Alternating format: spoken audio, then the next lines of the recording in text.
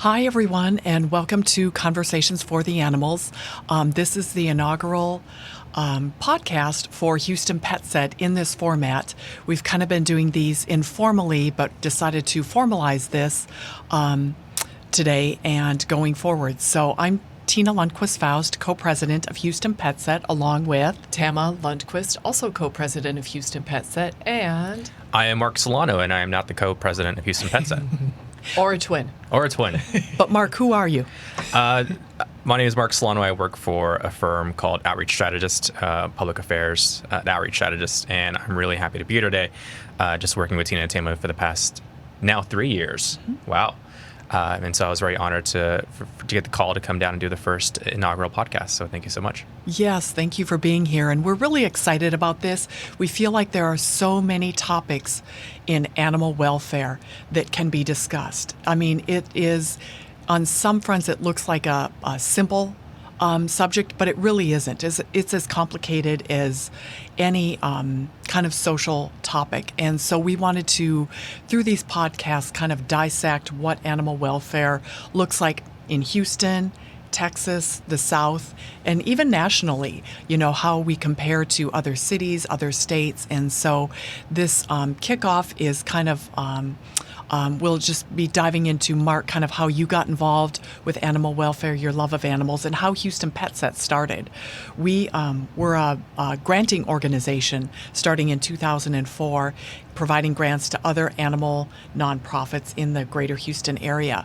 And when Tam and I took over as co-presidents in 2012, Tama, we looked at this and had recognized that there are so many resources going into animal rescue, animal welfare in Houston, and we weren't getting any closer to a solution.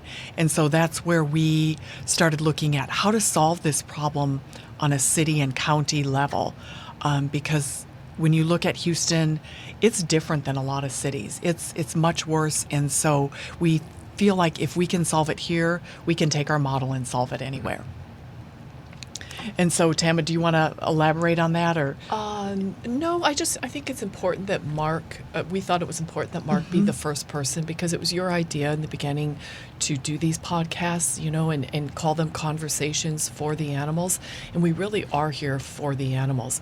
And so it's important because you, Mark, you're a lay person, you're also a professional, you've been in politics, and now you've gotten to know this animal issue on your own because you're fostering and you have your own love of animals, but also through Houston Pet Set. We think that you probably have learned a lot about this issue. And, you know, first of all, were you surprised at the depth and complexity of this issue when you started working with Houston Pet Set? And do you want to talk a little bit about your journey, I guess, through a layperson, and now we deem you as an expert in animal welfare? I'll take the expert title. So, look, animal welfare, just animals in general, have always been, I think people use the word passion a lot, but I can say it's because of animals that I met my wife. Mm-hmm. So before I even started at my current firm, I worked for Harris County Public Health, and I had a colleague, her name was Frances. And at the time, I was thinking about getting a dog. And Frances said, well, come to the dog park, meet my dog, and you can see what dogs are like. And my immediate response was, Frances, I know what dogs are. Like, I've seen dogs before. I don't need to go interview a dog. So I went to the dog park with my friend Frances, and another dog ran up to me, and that dog belonged to my wife, who I met that day. Paige, my wife, and Frances are best friends. Frances turned into the maid of honor at our wedding. And now that I'm telling the story, I think it was a setup the entire time. It just occurred to you now? Yeah, it just occurred to me now. While I was trying to walk out, Paige's dog followed me to leave. And so it was because of a mutt that she adopted that you know, we met. Fast forwarding a little bit, I learned that my wife volunteered at a few shelters around Houston, Friends for Life, Best Friends, ASPCA. She just had that passion. And so I always make the joke that she always stopped at funny looking dogs, and that theme has carried on into the men that she dates, and so I'll take it. Picking up strays. Picking up strays is, it was her hobby for a while.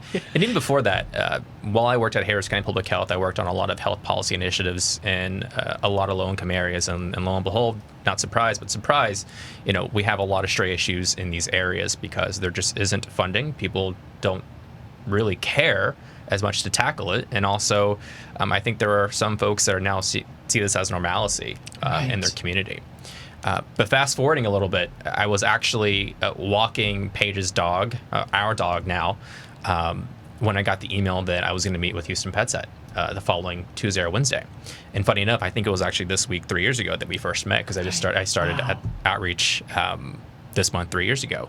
We actually met just down the street, not at your offices, but just around the corner, and we talked shop for a little bit. And to go back to your question, I always saw it as an issue, but I always saw it myself as, you see a stray dog and you think, well, someone's going to take care of it.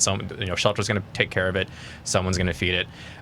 But it is a very intricate system of who owns what, where's the responsibility, is there funding in that responsibility? Because not only does Houston PetSet have a model on how to work in these areas, but you're working with a coalition where each organization has their own theory, has their own way of working around the issue. So I'm going to stop there and go back to some of y'all's questions, but it's a complicated issue, and I'm happy we're talking about it. Yeah, it is a complicated issue, and it feels like it needs to be discussed at many, many levels, not just with the nonprofits, not just with private rescuers, but our city, our county, our corporations. Tama always points out that as a corporation, if you come here and you look at where your 70,000 employees might live, are there areas where there aren't stray animals, And so this is a topic that we feel belongs at every table, a part of every discussion, because it doesn't just affect us as animal lovers and animal advocates. It affects our entire city. We have data to back up the fact that this impacts 25% of Houston residents that say stray animals are somewhat of a problem to a very serious problem. And when you look at a city like Houston, where we have 1 million people, that's a big percentage of our population. And Mark, you bring up a good point. That's the quality of life issue. And, had Houston PetSet not aligned with Outreach Strategists, I'm not sure we would have landed on that as quickly as we did. So we're so grateful to you for that. But do you want to talk a little bit about quality of life issue and the findings in the data from Dr. Kleinberg, who Outreach Strategists introduced us to, and, what he found in subsequent data that's been collected since we met with him? Yeah, so there are a few things to cover here. It is a quality of life issue, and that's just not something. It's a tale of two cities, really. You won't see it when you're in 610, but as soon as you leave the loop, you see it everywhere.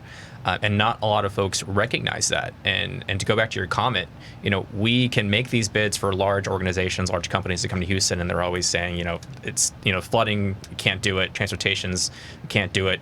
But when you try to bring in X amount of people into areas that are underserved or underdeveloped, whatever verb you want to throw in there, it is an issue.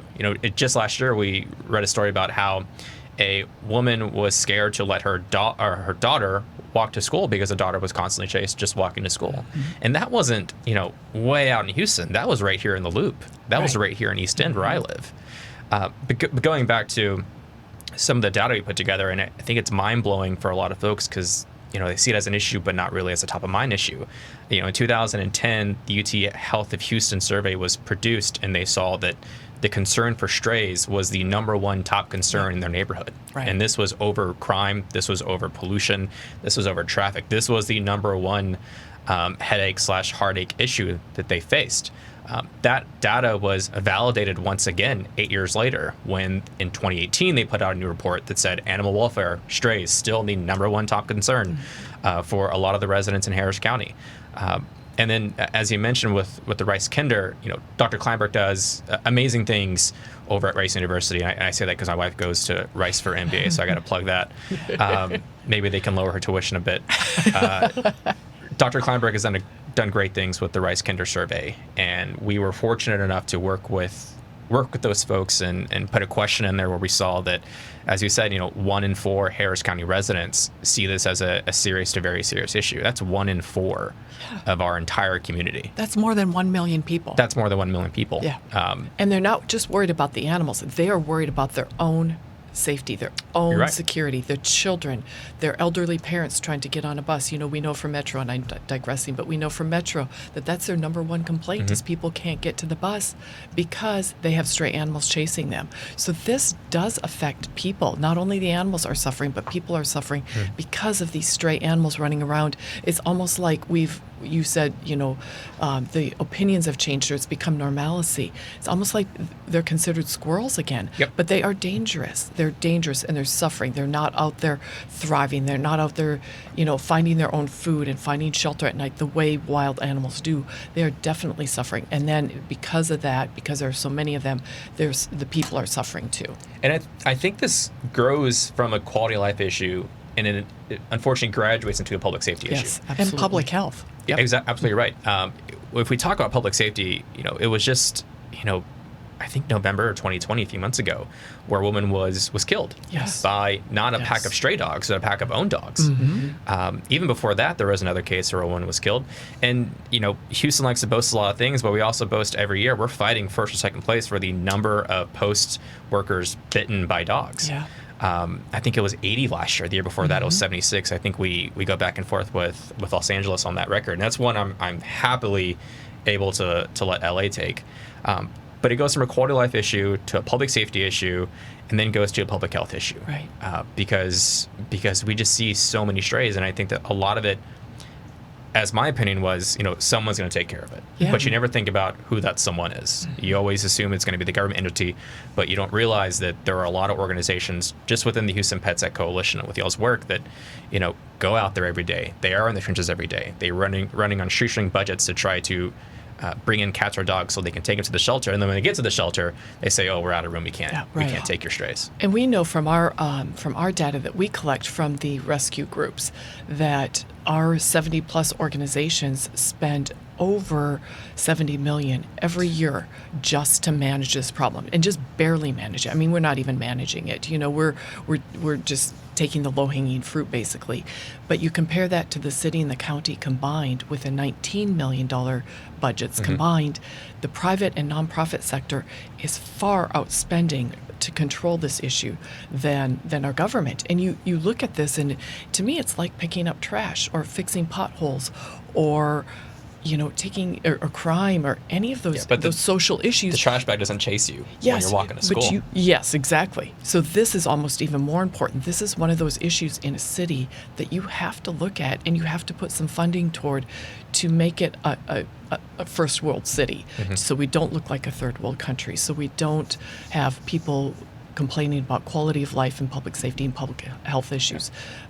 It's something that it's one of the problems that can be fixed, we feel. And I think a lot of the challenges, when you ask a person what's the number one top concern in their neighborhood, you're not going to hear strays. I think anecdotally you're going to hear, traffic or, I can't turn down my road because potholes are too much or my taxes are too high. I think Houston and Harris County are in this place where you can't compete for what's the issue that we're going to tackle.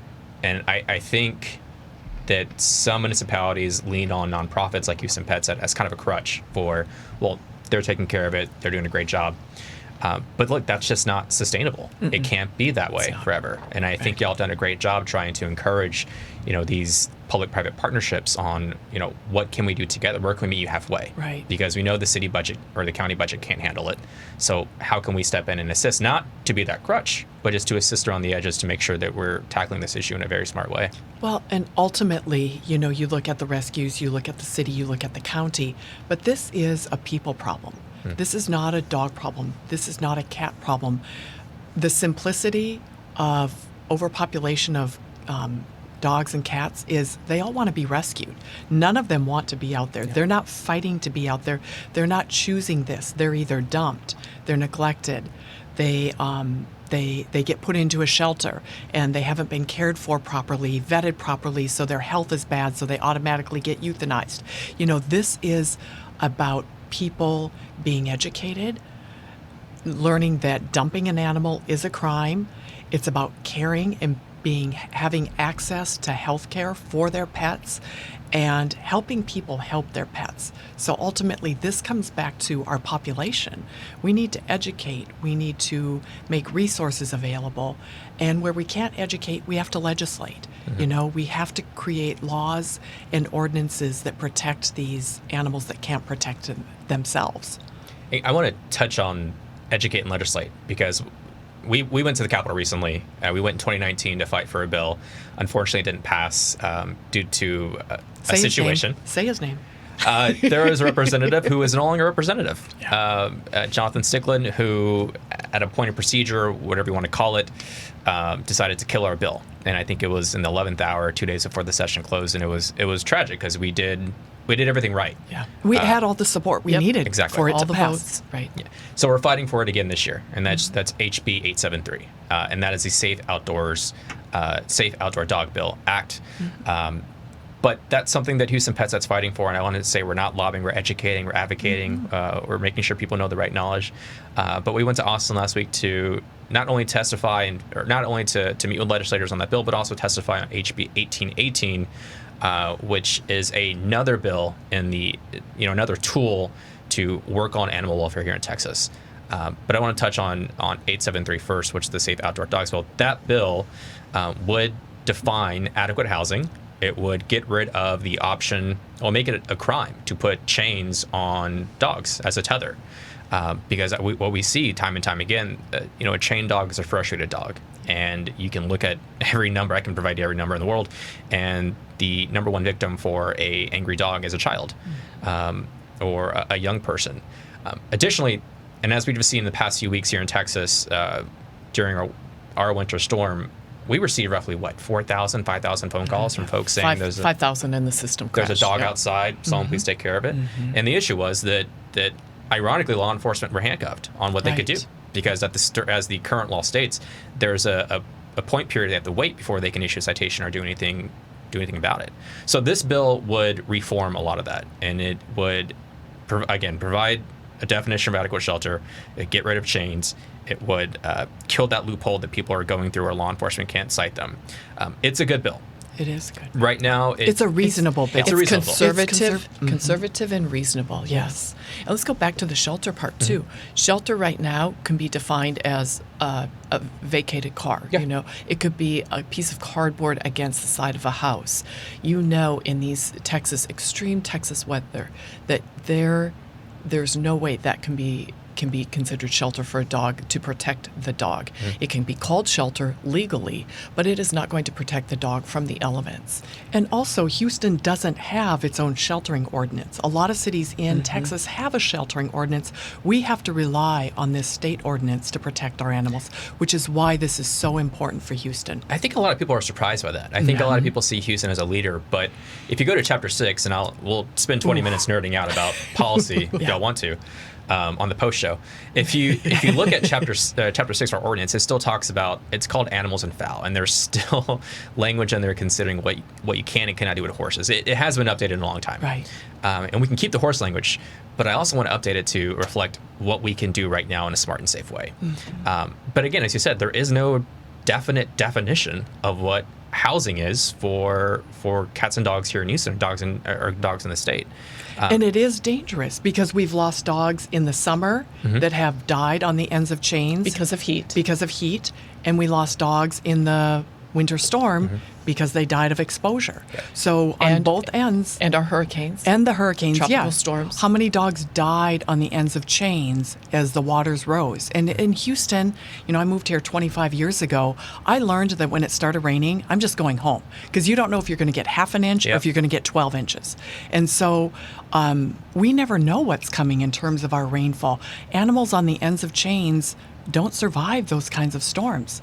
And Lord knows how many died during Hurricane Harvey and subsequent storms that we've had. How many 500-year storms since then? Oh, we could get into the numbers of what's a predictable 100-year floodplain. Right. But again, this is, I think, a tale of two cities because we are privileged, us three on this table, to know what to do with our pets when it rains. We are in a place that we know to bring them inside, but I think there are a lot of folks that don't have that knowledge, or they're not educated on how to bring their pets inside safely because my dog is an outdoor dog, and that's very well fine.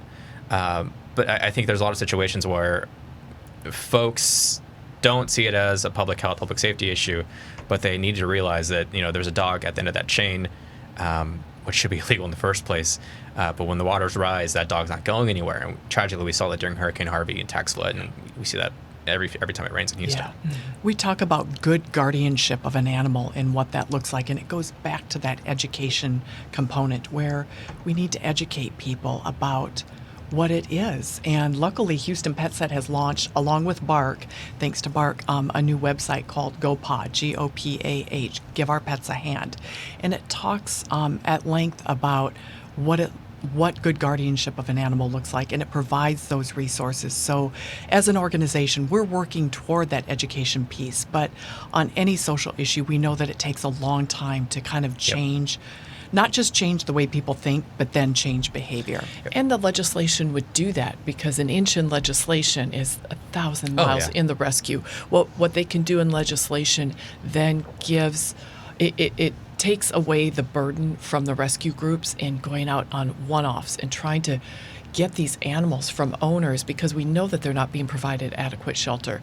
But if the law enforcement has laws that back them up, that they can enforce, this makes it so much easier. And we know our law enforcement is behind this. We know they're frustrated. They get calls all the time to go out. This dog is dying on the end of a chain. They, in that moment, lots of times cannot do anything because there are no laws to back them up.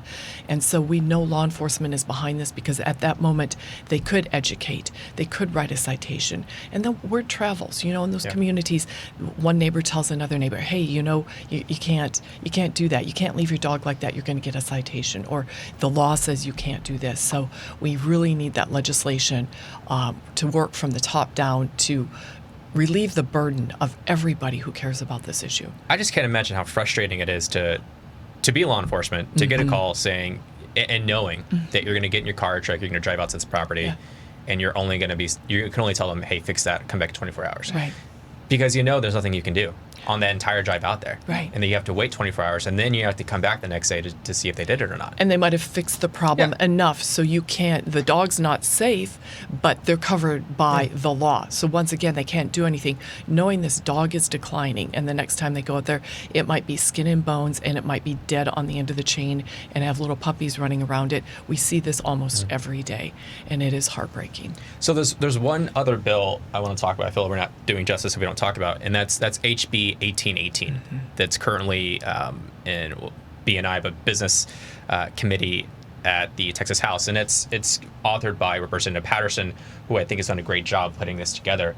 Essentially, this bill would regulate private pet stores to source their dogs from a shelter, from a rescue, from a municipality, and it would eliminate the option of them purchasing their, I hate to say it, but like their retail items from puppy mills here in Texas.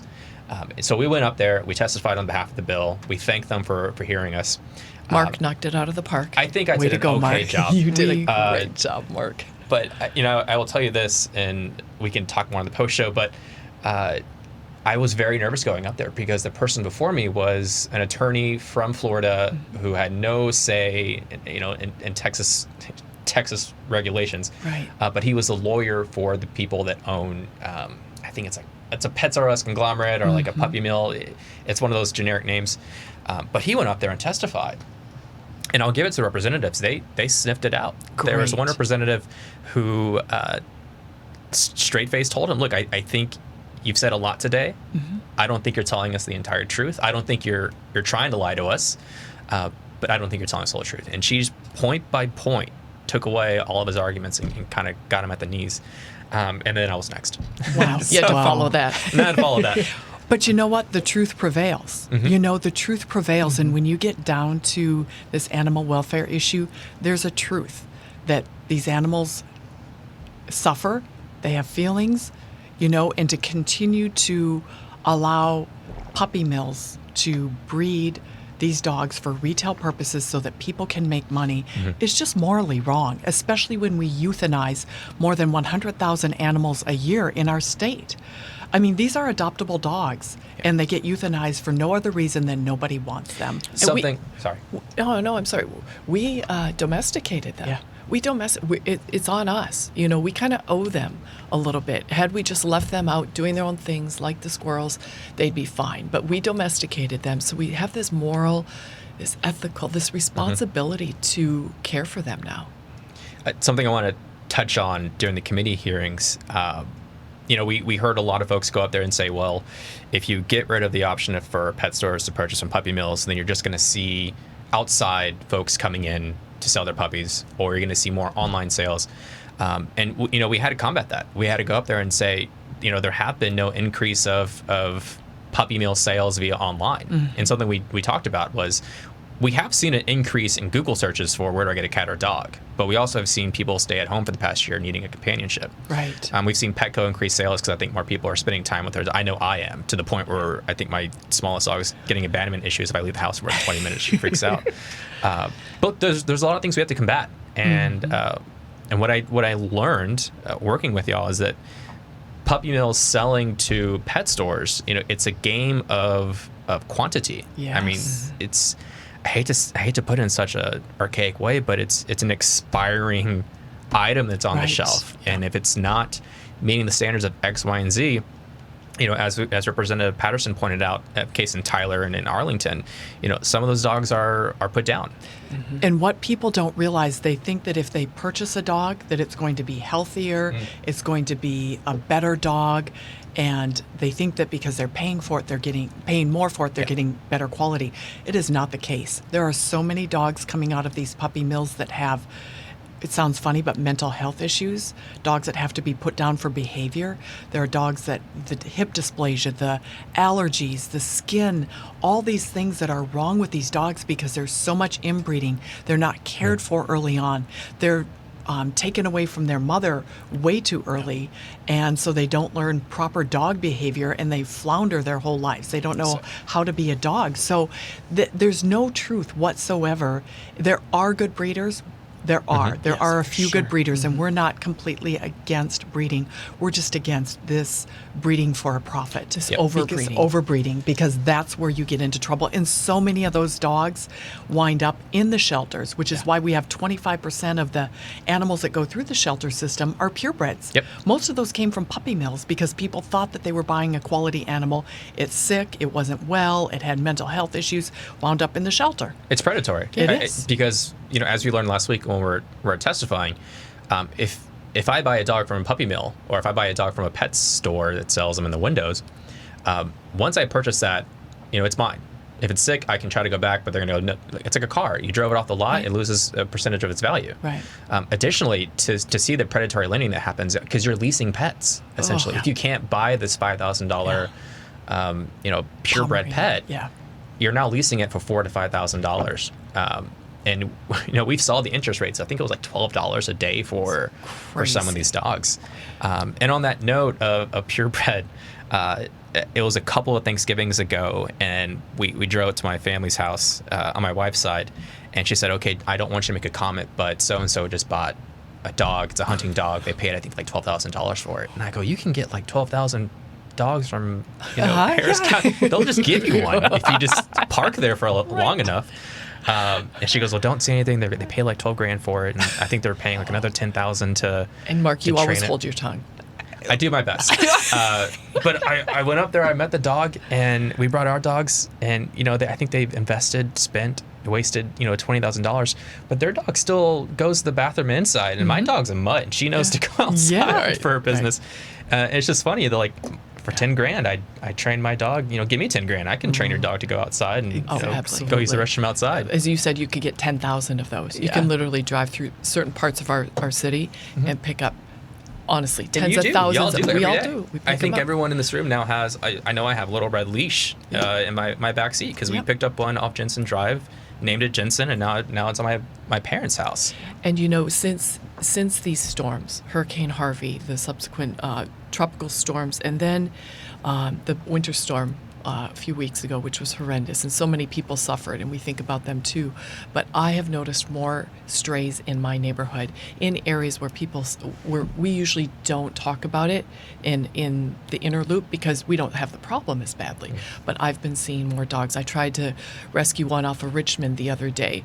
Me and about 2 or 3 other people weaving in and out of traffic, trying to get this dog, and she was scared. She had been on the road a long time, you could tell, and there was no way in catching her. We need a professional like Jill with her leash and her roping skills. Even though she's from the Northeast, she is quite the roper. But we're seeing more of these dogs, and the problem is getting worse and not better. So it's something that our city needs to look at. If we're looking at economic development, growing businesses here, growing the city, becoming a first-class city in this world, we can't have this issue and be able to carry that title. So one thing I'm very thankful for is that I think the city leadership and county leadership know it's an issue, and we've worked really hard to identify it as an issue and not just as I hate saying it, like flavor of the month type of issue where you wear your ribbon for the day and you go lobby or something. And we know that there are great people at Harris County, at City of Houston, that care about these issues. I mean, right now we're trying to form partnerships with them, as you mentioned, with the Give Our Pets a Hand resource, and they're open to it. Right. And I really, that's half the battle, is showing up and shaking the hand. Because I hear from colleagues in other places where they just don't want to hear it. They don't want to recognize it as an issue, so they're not going to tackle it. But the city of the county, they know it's an issue. I mean, our most immediate mayor, Mayor Parker, she was well known for being a foster failure, a foster parent for adopting the dog after fostering it. She led on building a new park facility. Harris County just passed a bond in 2018. Someone's going to correct me to expand the new shelter. So we know that they know it's an issue. Right. And so now it's about where can we come together on what certain issues can we move the needle. We need to execute some of the ideas that we've come up with. In Houston Pets, that did spend 1.5 years in strategic development, and we have a plan. It might not be perfect, but it's something. It's more than what we've had. So it'd be nice to start executing some of these ideas and looking at this as a strategic looking at these strategic solutions, because it is one of the solvable problems. Yep. It's not a problem we can't tackle. We know Dallas, they had one of these horrible, and we feel so badly about it, but one of these situations where someone was attacked by a dog and killed. And they took care of their problem. The city was on it. They were ashamed. They felt badly. They were on it. We've had how many of these cases now? And so it's time for Houston to catch up. It's time for Houston maybe to jump ahead and be the leader on this issue, because we have the plan, we have solutions, we have a model that can be taken to other cities too who might be suffering with this. And these are things that all work to solve this problem. And there's an ROI. Yes. There's a return. It costs $500 approximately for animal control to go out, pick up an animal, hold that animal for 3 days, euthanize it, dispose of its body. Why not spend those funds taking care of this problem in lieu of just spay and neuter? Spay and neuter, transport, all the things Education. that we can do to solve this in lieu of just sheltering and euthanizing. So that's an antiquated model. And as you said, Tama, we need to jump ahead. These are precious, precious gifts. So there are two things I want to touch on, and y'all said it so brilliantly. Dallas is ashamed, so they fixed it. I think it was like next week they were working on how they can do this, and they brought in a bunch of organizations, did some stakeholder meetings, and they updated their ordinances to reflect a better community. Additionally, San Antonio, I think, is also leading the way. Yes. Just last month, beginning of this year, they banned pet stores from operating within their city. And we know that because I ran into 2 or 3 of the pet store owners when I went to Austin last week. They weren't happy. Right. But I think They're looking for new markets. Yeah. No, they're looking for Mark. Cancel Claire. I was wearing a mask, so I don't think they recognize it fully. But Houston Pets has done a great job of I'm going to state it the wrong way, but it's kind of a list of resources, kind of a buffet of here's everything Houston Pets that can present to you for either. So if the city, if you want to do spay and neuter, we got a model for that. We have contributors that can make that happen. If y'all want to tackle on transport, we go to the shelter every week, every 2 weeks, and transport X amount of animals outside of our state. And I think as of last count, I think we're at 550, a little less than 550 for number of animals transported this year alone? This year, This year? yeah, last year was I think last year was 2,200. almost 3,000, yeah. I think we can all agree that it was a lot. It was a lot. It's more than 5,500 total since Okay. we started. And we're not a transport organization. That's not our... But you go out and find the Yeah, you go out and find the right exactly. people, and I Yeah. think that's what Houston PetSet presents to a lot of these to a lot of municipalities. What do you want to work on? Because we can figure it out. And we can make it happen. Right. Yeah, Exactly. A good way to put it, a buffet, because they all 6 pillars that we have on our website, HoustonPetSet.org, all 6 pillars all lead to a solution. And what else? The other thing we need is that collaboration then. We can't do it alone. The city and county can't do it alone. Our rescue partners can't do it alone. They're exhausted. The people are exhausted, and they're getting hurt doing this. So it's collaboration, and it's, as you said, pick your point, pick whatever you want, and we'll help work on that because So- it is solvable. I'm going to get in trouble for quizzing myself and not getting them all right because you're sitting right in front of me. But we work on education. We work on advocacy, education with Crime Stoppers, advocacy with Crime Stoppers because they do a lot of great work. Yeah. And some of the task force work that we Cruelty do. prevention. Exactly. Transport, spay and neuter. There are a lot of things that Houston PetSet does. I don't want to say that we do, but y'all do. You're part of the team. Thank you. Absolutely. Just by working in these spaces. And I think some of that work is now kind of bleeding out to other areas. I know in Fort Bend County and surrounding counties, we're looking to put together new ways to tackle animal abuse via task forces, partnerships with constables' office around the area. It's a step-by-step procedure to move the needle. And I think first is going out, and as I said earlier, half the battle is going out there and shaking a hand Right. and asking what we can do together. And we really need our city, if somebody's not involved in this, we need them to jump in. If you can't volunteer, or if you can volunteer, let us know. If you can foster animals, let us know. If you can donate, $10 makes a difference. That's a microchip for an animal. That means that a lost animal gets back to its owner versus getting to the shelter. There are many ways that our citizens can help. So, Tama, you mentioned our website earlier, HoustonPetSet.org. There are all kinds of resources on there for anyone that wants to get involved in this issue, and we need your help. Yeah. Something I want to touch on it's kind of funny. So you mentioned that people can step in and work in these spaces. And every little bit helps, whether you're fostering, whether you're donating, contributing, volunteering, because that 1 or 2 days that you help foster an animal, that changes the trajectory for that animal's life completely. And I think I was on a call with y'all or late to a call with y'all, and my dog Lily was, I think, chewing up something. And I got a little bit frustrated, and I asked her, like, don't you see I'm trying to save other animals so you can be in this house? Like, you need to be more thankful for the things I'm doing for you. Oh, Mark, I say for your that people. all the time. We'll be on a Zoom call, and I'm all set up, and here comes the pit bull, all 60 pounds of him. Boom, boom, boom, boom, boom, boom. Mommy's sitting down. Oh, it must be snuggle time.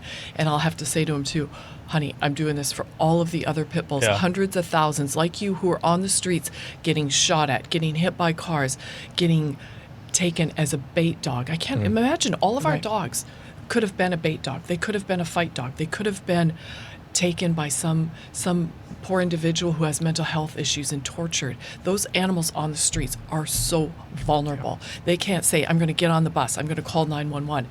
None of them can do that. And I know we've got to wrap up. So this, as Tena said, this issue, this topic is big. It's complex, but it's not so complex that it can't be fixed. And we're not going to tackle it one podcast. No. We can't We're gonna talk try. about This is multiple podcasts. We covered a lot of it. Yeah. Mark, we're so grateful to you. Thank you. Thank you for the work that you do.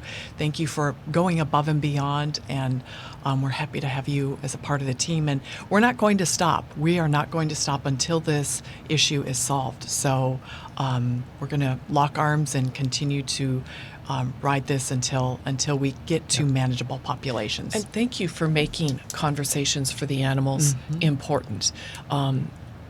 It's brilliant on your part, and it needs to be talked about. And what better way than to just put all of these issues out and take people from the community who know more than we do, and start educating, because as we know, we have to educate. You said it.